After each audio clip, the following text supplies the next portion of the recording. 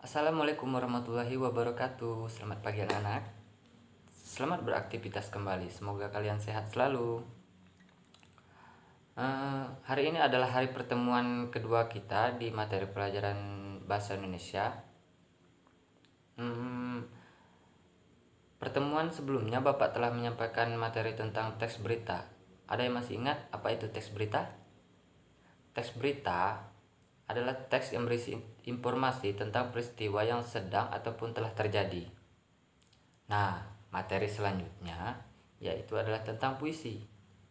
Pasti banyak dari kalian yang sudah mengenal apa itu puisi. Tetapi ibaratnya pisau, jika setiap hari selalu dipakai tapi tidak pernah diasah, dia akan tumpul. Begitu juga dengan ingatan kita. Jika tiap hari kita pakai, kita berpikir, tapi kita tidak pernah mengulang pelajaran, maka dia lama-kelamaan dia akan hilang. Kita akan melupakan pelajaran tersebut. Maka dari itu Bapak akan membahas tentang puisi hari ini. Yang pertama, itu adalah pengertian puisi. Apa itu puisi?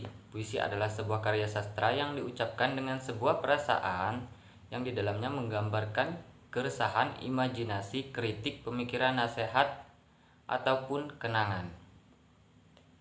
Nah, yang kedua, yaitu adalah ciri-ciri puisi. Ciri-ciri puisi ada 5. Yang pertama, memiliki rima atau sajak yang teratur. Puisi bermakna konotatif. Apa itu bermakna konotatif? Makna konotatif adalah makna yang dikaitkan dengan suatu kondisi ataupun situasi. Yang ketiga, puisi bersifat simetris. Bersifat simetris itu apa? Ya, bersifat simetris itu maksudnya adalah mempunyai bentuk yang rapi. Yang keempat, puisi juga menggunakan sajak syair atau pola pantun. Dan yang terakhir, bahasa yang digunakan puisi lebih padat daripada prosa dan drama. Selanjutnya adalah unsur fisik puisi. Unsur fisik puisi ada 6. Yang pertama, perwajahan puisi ataupun tipografi. Apa itu perwajahan puisi? Perwajahan puisi yaitu adalah bentuk puisi seperti halaman yang tidak dipenuhi kata-kata, penulisan tepi kanan kiri baris, dan puisi tidak selalu dimulai dengan huruf kapital. Yang kedua, diksi. Apa itu diksi? Diksi adalah pemilihan kata-kata yang dilakukan oleh penulis dalam puisinya. Yang ketiga, imaji. Imaji adalah kata atau susunan kata-kata yang dapat mengungkapkan pengalaman dan perasaan. Yang keempat, kata konkret. Kata konkret, apa itu kata konkret?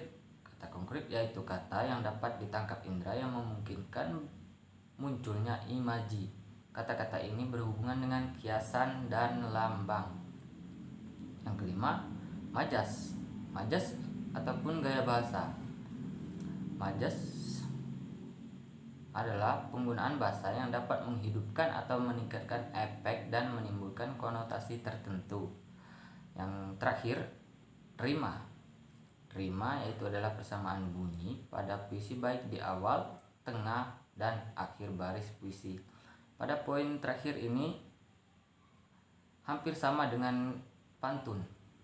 Bait pertama bunyi bait pertama itu sama dengan bunyi bait ketiga. Nah, seperti itu. Yang selanjutnya adalah jenis-jenis puisi. Jenis-jenis puisi ada 7. Yang pertama, balada. Apa itu puisi balada? Puisi balada adalah puisi yang berisi kisah atau cerita rakyat yang mengharukan. Terkadang bisa berupa dialog. Yang kedua, himne. Himne adalah puisi tentang pujian terhadap Tuhan, tanah air, ataupun pahlawan.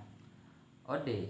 Puisi ode adalah puisi yang berisi tentang pujian terhadap seseorang, benda, dan sebagainya. Epigram. Epigram adalah puisi yang berisi tentang tuntunan ataupun ajaran hidup. Yang kelima, romansa. Romansa adalah puisi yang berisi luapan perasaan cinta kasih. Elegi. Elegi adalah puisi yang berisi ratap tangis ataupun kesedihan seseorang. Dan yang terakhir adalah satir. Satir adalah puisi yang berisi sindiran ataupun kritikan terhadap seseorang. Kritikan yang dimaksud ini adalah kritikan yang membangun ya, bukan kritikan yang bisa menjatuhkan mental seseorang.